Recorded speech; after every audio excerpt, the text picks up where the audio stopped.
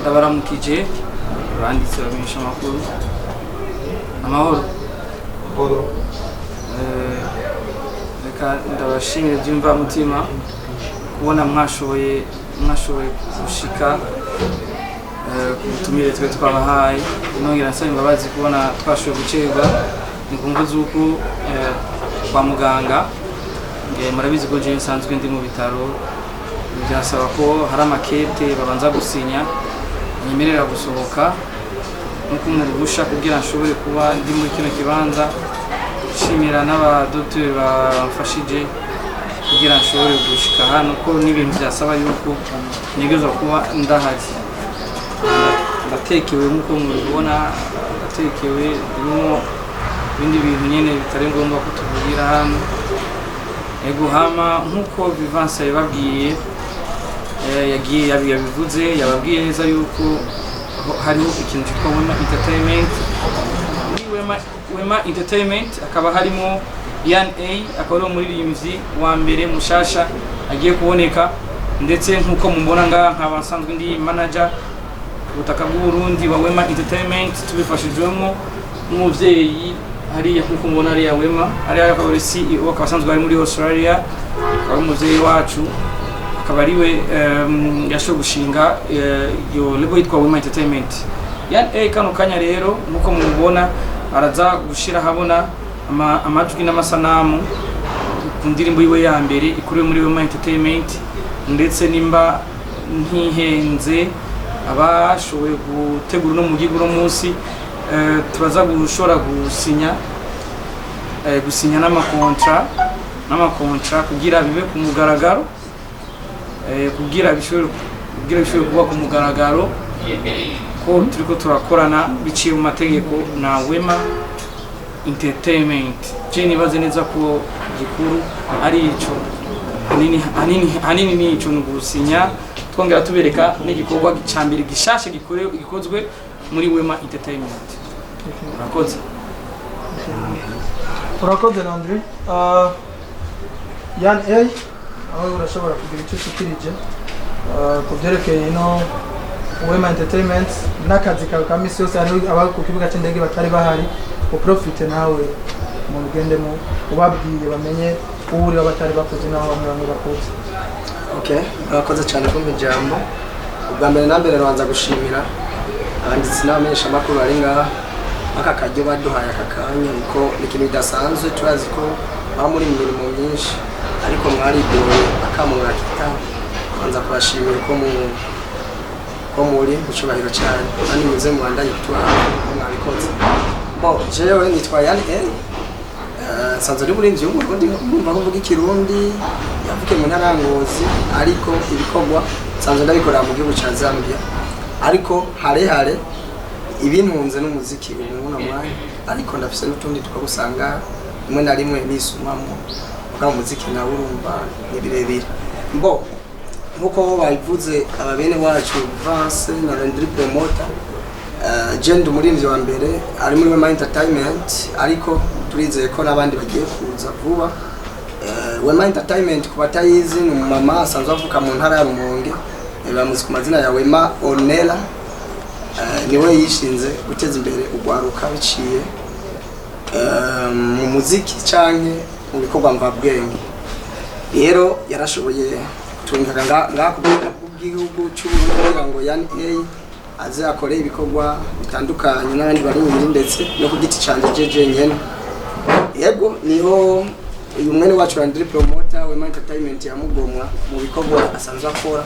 turamwizera ko yohagararira ibikorwa bya Wema Entertainment gakutaka bw'u Burundi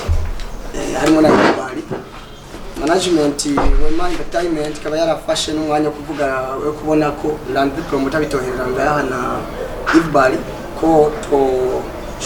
shora gusinya kontra rero bari ngaho kugira ngo mwebwe abanditsi bamenyesha amakuru mumenye ko Landry promoter tutariko dufashanya bisanzwe ahubwo turi umuryango umwe. Rero uyu munsi mirango mwaza kubyibonera baza gushobora gusinya amakontra. Kindi naco cyatumye dushika ngaha gikuru cyane ni jengira mbanze sohore indirimbo ya mbere yorukiye muri Wema Entertainment ndazi benshi bagiye barambaza no igikorwa cyo muri entertainment bimeze gute. Rero indirimbo iriho yitwa Uruhombo, nkuko babivuze amatara niyagaruka ngira ngo muraza kugira icyo muyivuze ko duha impanuro, twe turacari na bato amenyesha makuru mumaze imyaka myinshi n'uburambe, ngira ngo aho mubona haragakosa nimwitinye kuko umuntu n'uyundi kandi ivyumviro byanyu byo dushikana kure. Yego murakoze. Yego murakoze. Kamere ukiba ku kibazo cabajijwe na Perezida wamenyesha makuru kandi wacu mu Burundi shirahamwe wamenyesha makuru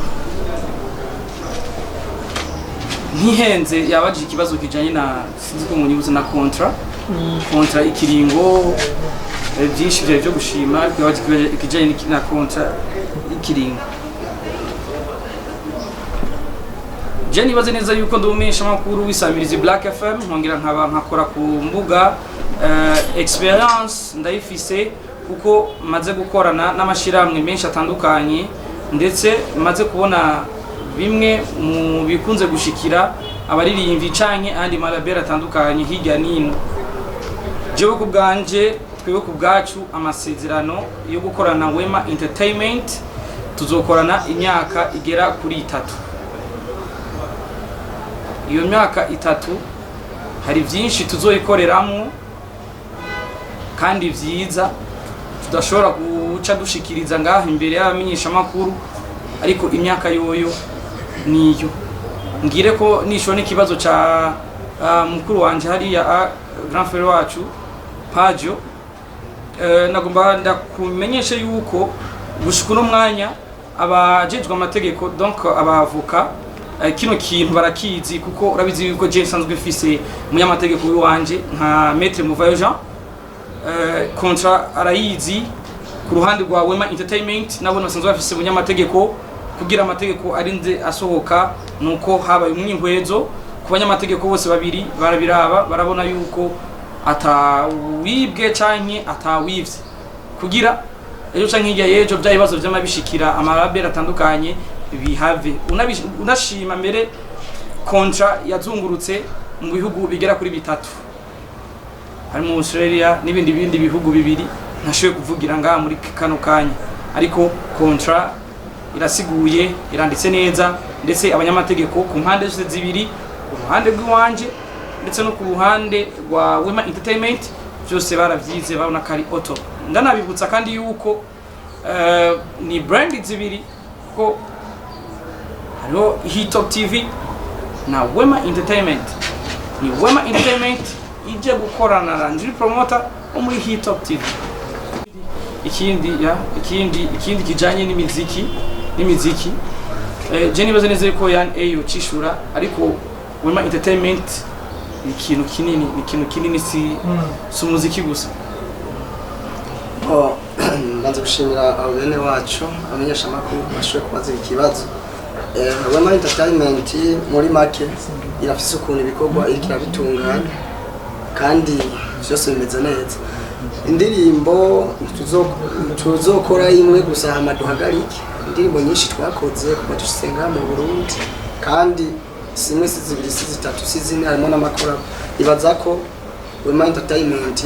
irabimenyereye nahita gufasha umurinzi nga kutaka bw'u Burundi, ako Australia bafasha benshi gutegura ibitaramo n'abantu ndavuga na mu Rwanda bafasha. Rero ndibaza yuko ibintu byose bizogenda neza kandi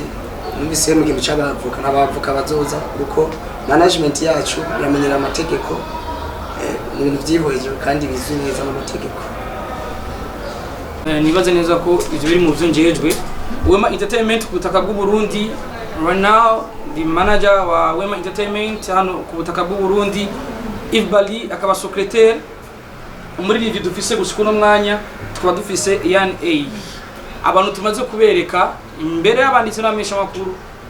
akaba arabo nyene murakoze, ariko nabandi ni benshi hari ni team y'abantu benshi ariko abo tuberetse gushika no mwanya nabo nyene murakoze. Mbanje kubashimira kwa aka kanya. Hanyuma yani A n'umuririmbyi w'umurundi kuva kera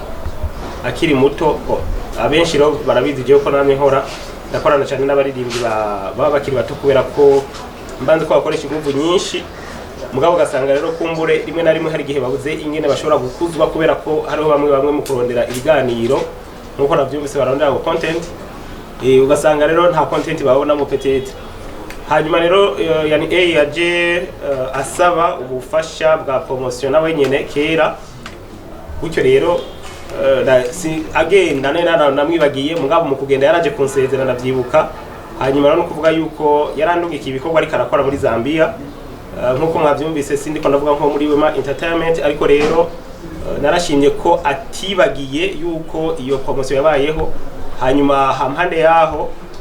nibaza yuko narandiri promoter ubwiwe nawe nezo tuganira bitari bike kuko ndabona yuko naje ndiko ndasazira mu mwuga rimwe na rimwe kuko nawe bayimo ndagukunda hanyuma rero no kuvuga nko mwamajeti tumitege kwiki uno munsi turaganira ibitari bike mu byipfuzo byiwe arifuza yuko ukuva kwiwe ko ngaha mu Burundi ibikorwa byiwe bitohagarara kubera ko nkuko yabivuze n'umuririmbyi wo ku butaka bw'u Burundi ico gushima ubwa mbere nuko ashoboye kuronka umuntu ashobora kumufata mu mugongo mu bintu bijyanye n'uburyo hanyuma rero icifuzo ciwe nkuko twamye turabiganana kare nuko inyuma yuko avuye mu Burundi mutoraba ngo nuko ngo ari kumwe na Landry Promoter gusa ariko wewe ari kumwe n'abamenyesha makuru bose kubera ko nimwebwe mushobora gushikana ibikorwa kure nimwe mubishoboye ahandi ho Landry Promoter ari korana ntivyoshoboka kubw'ivyo rero ntumuze muhava muvuga ngo tweko tutasinya amasezerano ntitwohava tubanaga dukora nta masezerano twese twasinye hanyuma Big ni babaje yavuze ngo umengo oya ahubwo gusa ndi hafi yiwe kuva kera sindi muri yo Wema Entertainment agenda kumenyesha yuko na Wema Entertainment je nayimenye kuri aeroport ngiye kumutegera yabisavye bisanzwe sinari sanzwe ndarayize muri antunga hanyuma rero nibaza ko muzohava mu bikora nkuko mu busanzwe bunabishoboye ni hama ejo canke hirya ejo nashaka kubabwira ko ari umwana ari reconnaissant aribuka iyo umuntu aba yaragize icyo amufasha nakubwiye ko jubwa jene namwibagiye yaroreye nimeho mu nyuma araheza arandondera nari naribagiye uwariwe nagiye kumwibuka neza isura rukageze ku kibuga c'indege kubw'ivyo rero nagenda bashimire nongera ndanabasaba mu kibanza ciwe ko ejo canke hirya ejo kujya mwagiye kumwakira niya nagenda muze mugende kumusezera hanyuma rero inyuma kumusezera muzohave rero n'ibikorwa byiwe muze mubandanye mubikorana nari nasavye yuko ahubwo binashoboka yo genda agahabwa liste na manager wa Wema Entertainment nga mu Burundi akamuha contact kugira ngo hari ico mushobora kumukenera ko naco nyene mukamubwira ni byiza ko bica kuri Landry ni byiza ko bica kuri Bari mugabo navyo nyene umuntu naho bari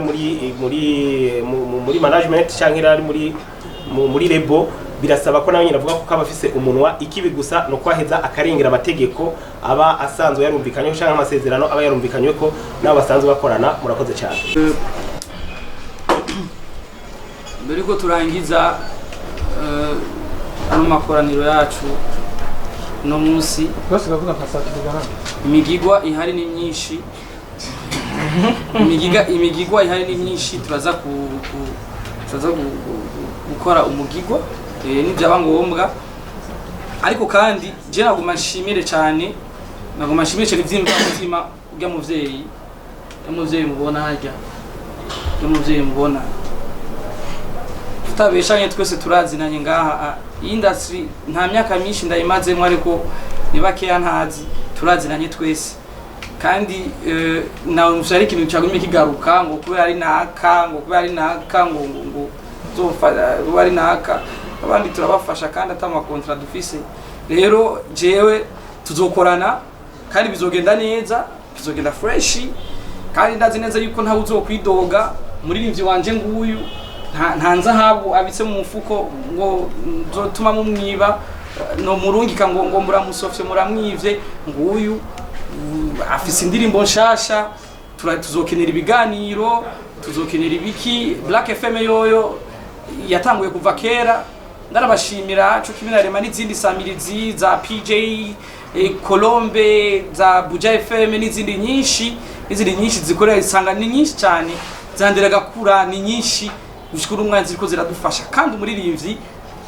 atagikogwa arashira ahabona neza muri Wema Entertainment ariko mukabikorana umutima w'urukundo cyo yibaza rero afise igikogwa duca bigenda ukundi hari jambo benshi ndazi bare biteze kumva kugira dushobore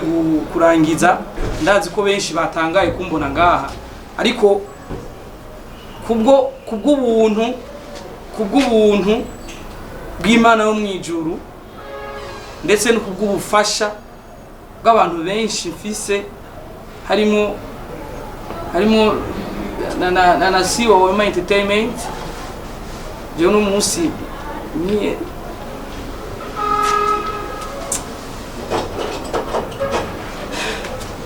mzee yafashije cyane mu bitaro, mama yafashije cyane mu bitaro kandi baracamfasha ndacyari mu bitaro.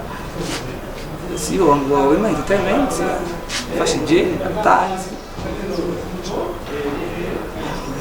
baranga menshi mu bitaro, ariko Imana yo mwijuru betagi n'abandi benshi afashije bari n'inzi makuru. Rero umuvyeyi Imana muhezagire cyane, naho ntarakira ariko amfatire n'ibindi tubazo tumwe miliyoni menshi. Imana ibandanye incira inzira ifa muri wacu ntabwo dufise bwo shira mu byuma nabo